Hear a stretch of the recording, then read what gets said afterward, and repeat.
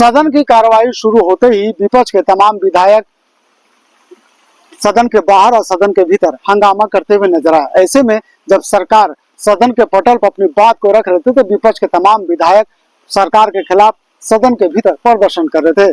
पूरे मामले पर विपक्ष ने सरकार से सवाल पूछने का काम कर रहे थे। ऐसे में सत्ता पक्ष विधानसभा के आसन पर अपनी बात को रखते हुए उसे सरकार की जो कार्यप्रणाली है उसे बताने का काम कर रहे थे, लेकिन विपक्ष के विधायक ने उसे नहीं सुना, नहीं माना, लगातार प्रदर्शन करते हुए नजर आ रहे थे। ऐसे में जेएमएम के जो गिरिडीह के विधायक सुदीप्त सोना विपक्ष को उन्होंने करारा जवाब देते हुए क्या कुछ कह रहे हैं, चलिए हम आपको सुनाते हैं। मैंने सुबह में भी इस विषय पर आपसे कहा सदन को चलाने की जवाबदेही सत्ता और विपक्ष दोनों की है।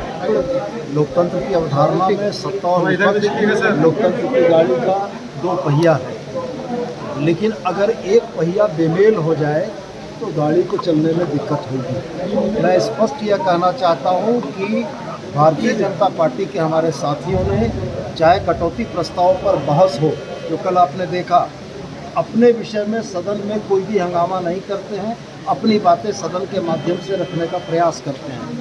आज भी आपने देखा कि प्रथम पाली में जब प्रश्नकाल चल रहा था तो अनंत ओझा जी के सवाल पर पूरा सदन खामोश था और उनके विषय सदन में आए। द्वितीय पाली में जब ध्यानाकर्षण के विषय चल रहे थे तो आपने देखा कि रामचंद्र चंद्रवंशी जी जितने समय तक बात कर रहे थे सदन में किसी भी तरीके का हंगामा नहीं हुआ। जैसे ही हमारे सत्ता पक्ष के साथियों का ध्यानाकर्षण आया, भारतीय जनता पार्टी के लोगों ने सुनियोजित तरीके से एक बैनर को लेकर प्रदर्शन करने का प्रयास किया। ये लोकतंत्र की स्थापित परंपराओं के बिल्कुल विरुद्ध है। प्ले कार्ड तक चलने की बात आती है हमारे सदन में, अगर संसद की बात करें तो वहाँ पर तस्वीर दिखाने पर ओम बिरला जी माइक घुमा देते हैं। तो आज यह आरोप अगर लगा रहे हैं कि आसन पर पक्षपात का आरोप, सरकार सवालों का जवाब नहीं दे रही, ये आरोप, हर उस चीज़ का जवाब देने को हम लोग तैयार हैं। लेकिन कम से कम मैं आपके माध्यम से यह जरूर कहना चाहूँगा कि आपके द्वारा भी यह पूछा जाना चाहिए कि सत्ता पक्ष के विधायक के द्वारा जो आरोप लगाए गए हैं आप पर कि आपने प्रथम पाली में अपने सवालों को होने दिया, द्वितीय पाली में रामचंद्र चंद्रवंशी जी के ध्यानाकर्षण को होने दिया, बजट पर जब अभिभाषण था तो कटौती प्रस्ताव आपने चलने दिया, भानु प्रताप के वक्तव्य को आपने चलने दिया, लेकिन जब सत्ता पक्ष की तरफ से जवाब की बारी आई तब वो हंगामा करके वॉकआउट कर गए या सदन को बाधित किया। यह किस परंपरा के तहत है? तो मैं आपके माध्यम से ही भारतीय जनता पार्टी के लोगों से और ख़ास करके झारखंड की जनता से यह बात ज़रूर से कहना चाहूँगा कि झारखंड की जनता की गाढ़ी कमाई से चल रहे सदन में